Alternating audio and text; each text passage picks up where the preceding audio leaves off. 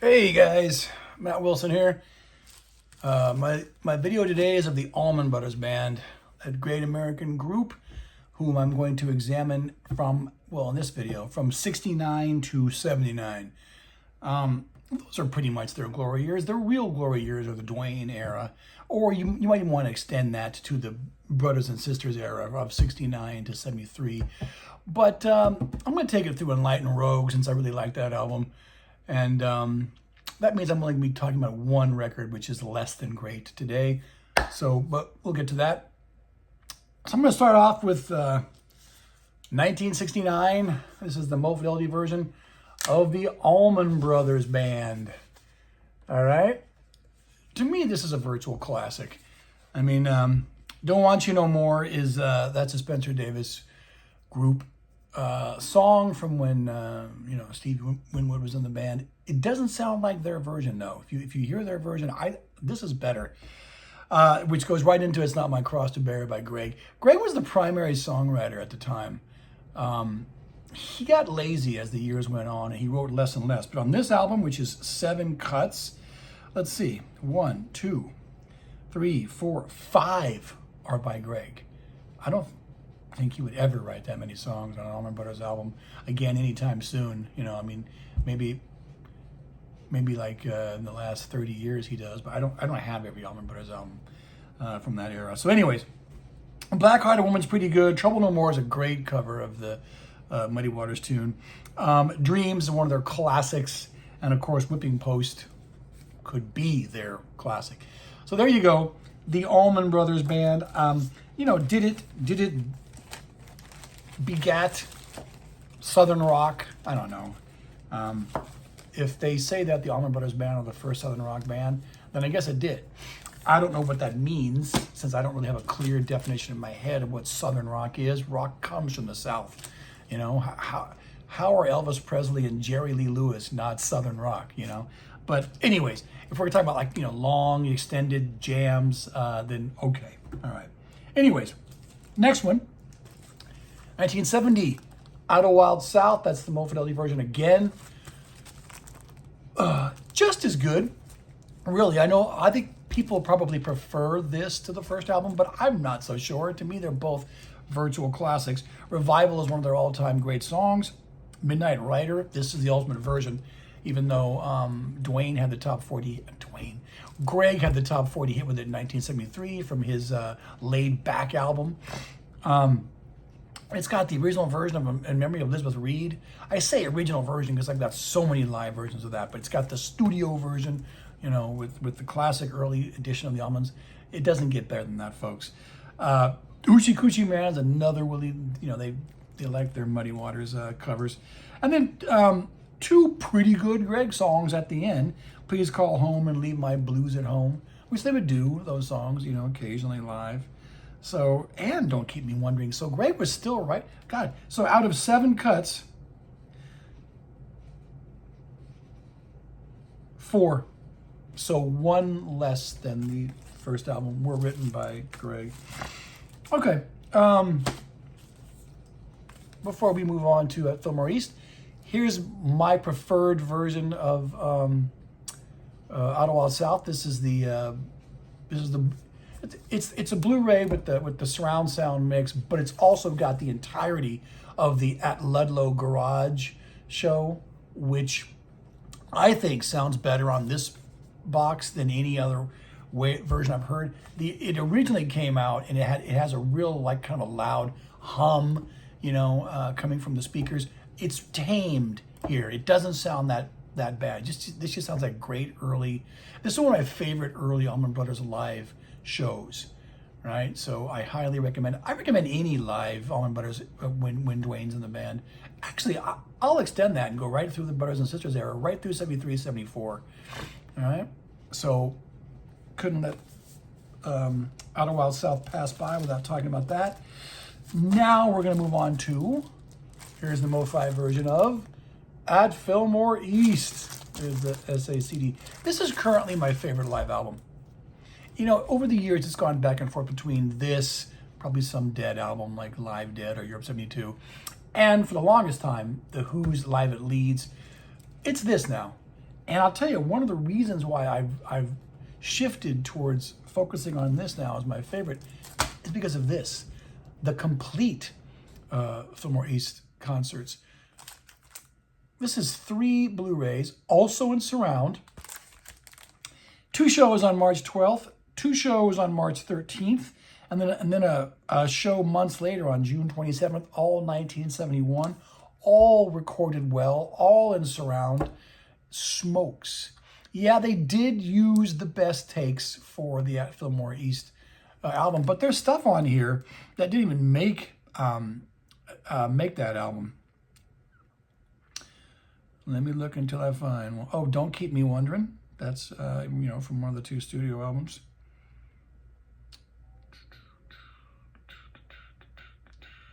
Drunken Hearted Boy. I think that's the one that Elmore Jones, not Elmore Jones, but that guy from Elvin Bishop from the Paul Butterfield band sings. Don't Keep Me. Yeah, that's the song. Don't Keep Me. They do One Way Out here. Well, that's true. All the live stuff from the Eat a Peach album comes from these shows. So you get them here in the context of the way that they were performed at those actual shows. You know, the whole version of Mountain Jam. Anyways, this I'd rather play than just hearing this for the 1 millionth time. All right, just because I know it a little bit less. All right, so moving on. Duane dies in 71. He also records the the Derek and Domino's album Layla with that band and Clapton. Also, he does a lot of session work, which I'll get to in a second when I get to his box set. Here's Eat a Peach in 72, another classic album.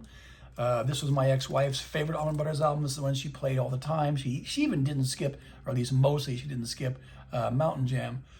Like I said, it's comprised of live stuff from those Fillmore East shows, which didn't make the first album, and new studio material, which they had recorded before Duane died, which is excellent.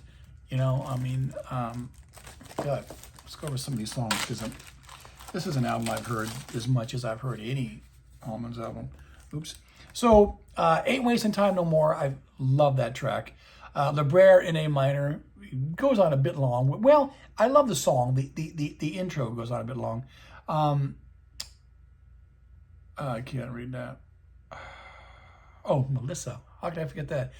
That's actually an older cut that Greg had recorded with Duane. It didn't come out until later on. It's like, wasn't it called Duane and Greg or something like that? But anyways, if you are really into the Allman Brothers, there's lots of recordings.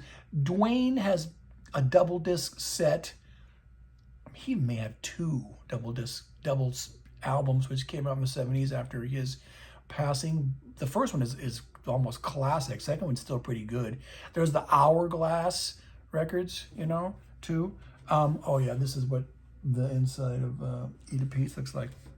Then you have the whole, Mountain Jam thing, which on the original LP was on, it took up a whole, this is a double album, and that one song took up a whole LP. You got one half on one side, the other half on the other side. Anyways, One Way Out was played on the radio all the time when I was growing up. Trouble No More, a great version of that. Stand Back is a pretty good new song. And then Blue Sky was on, but it was classic. Where Duane solos, Dickie sings. That's one of my favorite songs of theirs. And then Little Martha is the Duane. I think that's the only song that he wrote or something like that. I heard that somewhere. So another classic Allman's album. Even after Duane's passing, they still eke this out. Okay, to me, yet another classic is Brothers and Sisters. 1973, this is after Barry Oakley died, also on his motorcycle, not too far from where Duane died. But this is another classic album. I've heard this a million times. I know every song. Okay, that's what that one looks like. Wow. Oh, the songs are so small. Wasted Words, classic, Greg. Ramblin' Man is their biggest hit, Dickie's number. Come and Go Blues, great. I'm pretty sure Greg did that on his Laid Back album, maybe, or maybe the album after that, one or the other. Jelly Jelly is great. Southbound that's another radio staple, as is Jessica, and then Pony Boy. Dickie really dominates this record. He kind of became the band's, chief songwriter after Greg kind of abdicated the throne, and that ends their classic era. In 75, we didn't get an Allman Brothers album in 74. We got Win, Lose or Draw. Now, Win, Lose or Draw, while not being terrible, is the worst it's the worst album, period, that I will show you today. I recommend a few cuts. I mean, I love their Can't Lose What You Never Had, of that Muddy Waters number. Hold on a second. The title track is not bad, Win, Lose or Draw. And then High Falls is actually a pretty good instrumental. It goes on a bit long at over 14 minutes, but it's, I for sure don't skip it. Rest of the album is just okay, But again, people like this album, so who am I to put it down? What I think is better, though, is their live album from 76. Right the Windows, Check the Oil, Dollar Gas. This is stuff recorded during their Brothers and Sisters tour and after. Nothing really new on here, right? No. Mostly songs from the Brothers and Sisters album, and then some earlier numbers. They've got the great piano player and the guitar player that they had during the Brothers and Sisters time. Les Dudek and Chuck Leavell, right? Chuck Leavell, yep. Oh, I guess Les Dudek isn't on here. Nope. It's all just Dickie. Lead guitar, slide guitar. Anyways, they never should have let Chuck Leavell go. I mean, sorry, Greg, but Chuck was a much better keyboard player, piano player. Greg was on the organ, but I think it's pretty good. It's can't hold a candle to Out the Fillmore East album, but it's no one says it does. Okay, so after that, the Allman Brothers go into like some dire years. They break up. There's bad blood in the group because Greg had to go to trial and testify against a guy for drugs. Greg says the guy gave him his okay to do so, but he had to serve time, not Greg, the other guy. That particularly pissed off Dickie and the rest of the guys, so they didn't really hardly speak for a few years.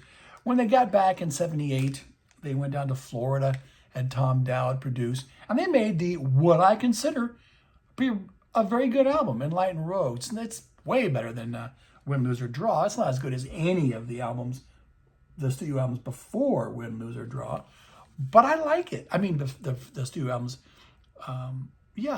before Win, Lose or Draw. It's got one of their rare top 40 hits in Crazy Love. Dickie writes a lot of the material again. The playing is good. I like Enlightened Rogues. They would not make a better album than this until Seven Turns, I guess, in 1990. Am I saying Seven Turns is better? Yeah. It's good again. The albums they made in the 80s, those early 80s albums were not good. So, okay. Let's talk about the Duane era now.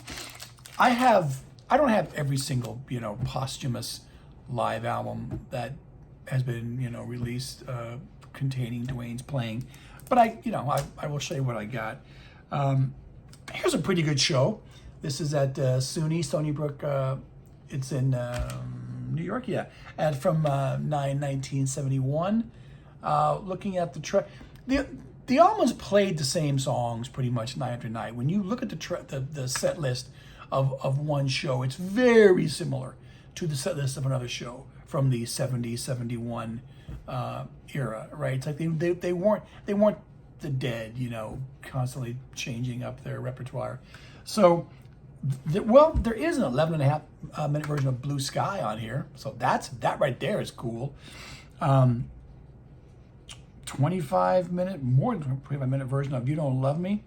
Dreams goes on for almost 20 minutes. So, wow, yeah. An almost 20-minute version of In Memory of Elizabeth Reed. I'd say this is pretty good then, right? Definitely more than interesting. Here's the deluxe edition of Bear's Sonic Journals. The Fillmore East, February 1970. This is 3 discs. Is this the one? I think not everything is complete on here though, but it's pretty smoking. You know, it's I mean any Allmans at Fillmore East is definitely worth your time. They weren't the complete, you know, powerhouse unit that they were the following year when they played Fillmore in '71, but this is still outstanding stuff. Here's Down in Texas, '71. Came out not that long ago. Let's see if there's anything on here that's out of the ordinary. You Don't Love Me for 15 minutes, more than 15 minutes. There's an interview with Barry and Dwayne, 6/6/71, 13 minutes. Oh, the 2 guys that would pass away. That's a great interview. An incomplete version of Memory of Elizabeth Reed. So, you know, it's not earth-shattering. It's not going to convert you, but it's live Allmans with Dwayne Allman. Here's the A&R Studios, New York, 26th of August, 1971. Again, pretty good without being life-changing. Looking at what's on here, One Way Out, 13-minute version of Memory of Elizabeth Reed. Stormy Monday for 9 minutes. Short version of Soul Serenade for King Curtis. You know, usual stuff. All right, and kind of saved the best for last, along with the Ludlow Garage show. Another one of my favorite Allman Brothers shows is what they played at the Atlanta International Pop Festival in July 1970. These shows are from July 3rd and July 5th. This is smoking. Yeah, this and Ludlow Garage are my 2 favorite Allman Brothers shows after the Fillmore East shows that they recorded for the live album. So, highly recommend this. All right, while we're still talking about Dwayne, here's Skydog, the Dwayne Allman Retrospective. This box set is comprised mostly of Dwayne's session work for other musicians. Now, he was a session guitarist, you know, guitar player for hire, before the Allman Brothers and during his tenure with the Allman Brothers, you know, during those 2 years from 69 to 71. So he never stopped. Oh, you don't see the songs on the back. All you see is that. All right, so, but there's lots of good stuff on here, and not even that much Allman Brothers material. There's a guest spot he did with the Dead on here. I wish they released that whole show. Not that he played for the whole show, though. But anyways, highly recommend this if you are interested in Dwayne. If you are, you probably already own it. And what majorly reawakened my interest in the band in the late 80s was the Dreams box set. This was during a time when, you know, big retrospective 4 CD box sets for rock bands weren't that common. You know, before this, we had Clapton with Crossroads, we had Dylan with Biograph, and then Bear Family started to release their stuff with the Jerry Lee Lewis box, I think, in '89. But there was this too. And I just ate this up. I mean, I love virtually everything on here.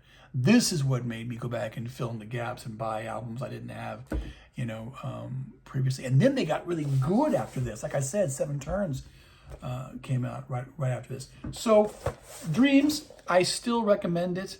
4 discs, you know, from the early classic years of retrospective CD box sets. I'm sort of saying that the 90s, though, were the heyday of that kind of thing. But so, Allmans, what can I say to wrap things up? This will be a little more than 20 minutes. They were one of the real commanding American talents of that era, you know, late 60s, early 70s. If Dwayne wouldn't have died, who knows where they would have gone. You know, right when the Allmans were like at their peak commercially in '73 with Brothers and Sisters, Skinner came along to pick another, you know, major Southern rock band who was influenced by the Allmans. And then Skinner were great for a few years, you know, and we had Marshall Tucker Band, and I never know where to put ZZ Top. Are they Southern rock? I think any band from Texas is a Texas band, you know, I'm going to do a ZZ Top video soon because they're such a great meat and potatoes band. Anyways, the Allmans all but invented Southern rock, whatever that is, right? There's a great documentary on Dwayne right now. It's on it's streaming. It's on one of the big ones. I just watched it within the last few weeks. It's on either Netflix or Amazon, which is real good. Wish I could tell you the title, but just go to Netflix or Amazon and type in Dwayne Allman and, you know, see what comes up. There's various things on Dwayne Allman, but yeah, I mean, I probably listened to them. I've listened to them more in the last 15 years or so than I did ever before that, and I've always been a fan, right? So there's a good double disc version of the Brothers and Sisters album with a good 1973 show that I don't have here to show you. You know, Greg, I like Laid Back. Dickie Betts did some decent albums in the 70s, which, you know, I'm not gonna kill myself because I can't find them right now for you. But anyways, major Allman Brothers fan right here. So hopefully leave a comment and tell me whether you are too. Hasta la vista.